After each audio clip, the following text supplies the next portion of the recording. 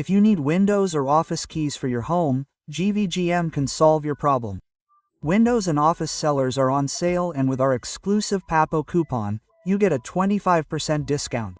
After making your purchase, just get the code that was released on the website, copy it, type Louis in the start menu, paste your key and activate your Windows. Always buy from the links in the description or in the pinned comment of the video to avoid falling for any scams. Thanks GVM, and let's go to the video. Hey guys, Andre here. How are you? Today, another FazL news for you. News suggested on our Discord by Nerdata BR, Valentino, Chris Liu, Popo Cake and several other people. Man, the first news is super interesting. Wesley Batista defends the reduction of government social benefits, right? During his participation in the Brazil Sphere seminar, the owner of JBS says it is necessary to review spending on social programs, right?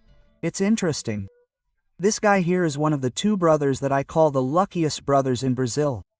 Everything these guys touch turns into a profit, right? They literally bought an energy distribution company that was making a loss. And weeks later the government signed a contract with this company that they started to make a profit very quickly, and several other things. If I told you all the benefits these guys have, we would probably make a 2-hour video here for you, right? And he's saying that there have to be benefits, there has to be a reduction in benefits for poor people. However, TOEFL suspended a fine of $10 billion in a leniency agreement with Jeff, the company of that guy you just looked at, right? So, benefits for the poor have to be cut. Benefits for us mega-capitalist businessmen have to be maintained, right, my dear? Remember that there was a fine of $10 billion and another of $7.55 billion, if I'm not mistaken, and one of them was even cancelled later. I don't know what happened to it, but there were 2 large fines that were cancelled, okay? One was cancelled and the other wasn't, okay? So it seems to me that people preach that, look, take benefits from the poor and give them to me, right? And here we have in conversation with Sao Josel guarantees that they would not be arrested in this old news story from 2017. But it's these people here, right? These people here saying like this, we know that we will not be arrested. But let's forget about that. That's a thing of the past. I'm sure that today they do everything right. We will not be arrested, says Josely. Audio that led to, oh man, wait a minute. How long was he arrested?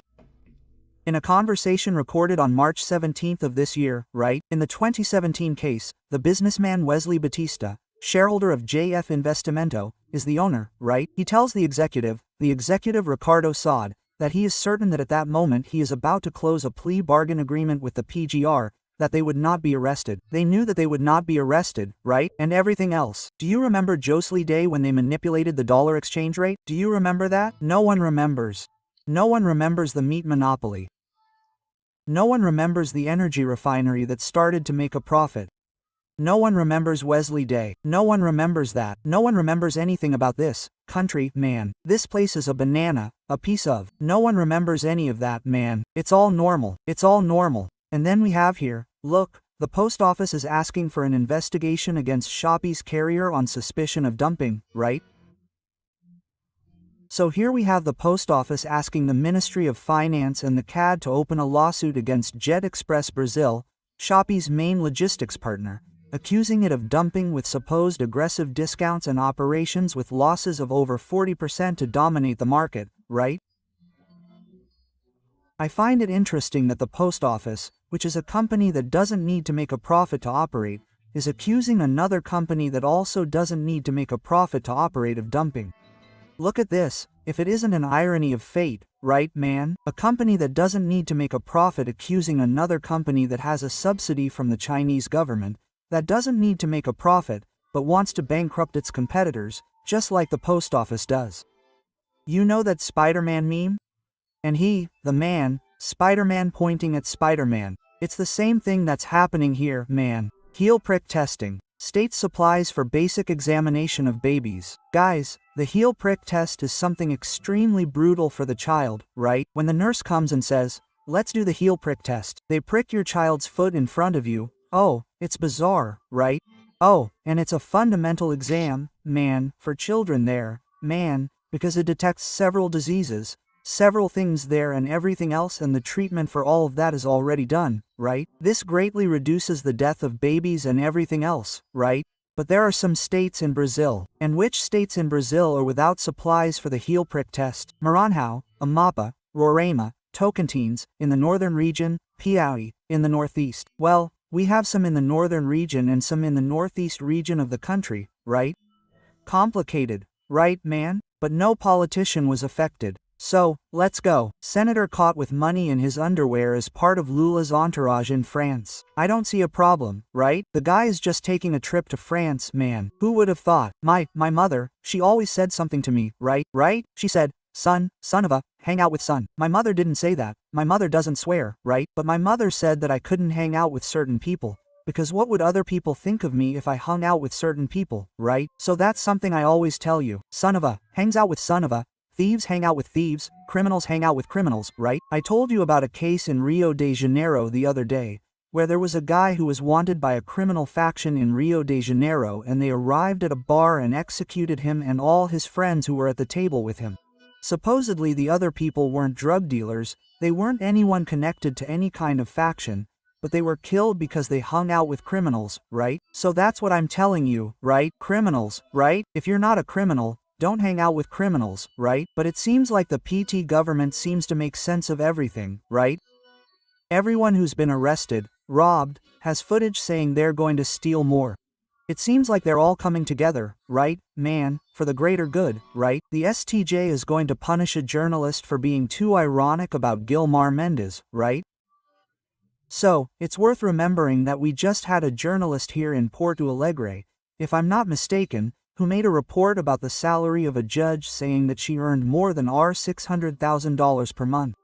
This is public data, right? It's on the transparency portal, this data and everything, but this judge got angry and fined the newspaper that published the information that is public, saying that it shouldn't have published this information and gave the newspaper a fine of $600,000 or $1,000.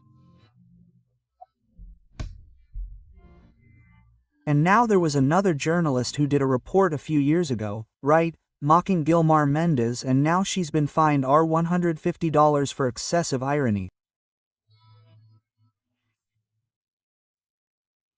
Look how crazy, right? And it's worth remembering that this same journalist, I'm not going to show her photo, I'm not going to show anything here, this same journalist was supporting censorship of Bolsonaro supporters and other people. And that's what we talk about here on the channel, right, man? People are in favor of censorship. We have to bust Bolsonaro supporters. We have to bust I don't know what. This is going to hit these people in the ass, right, guys?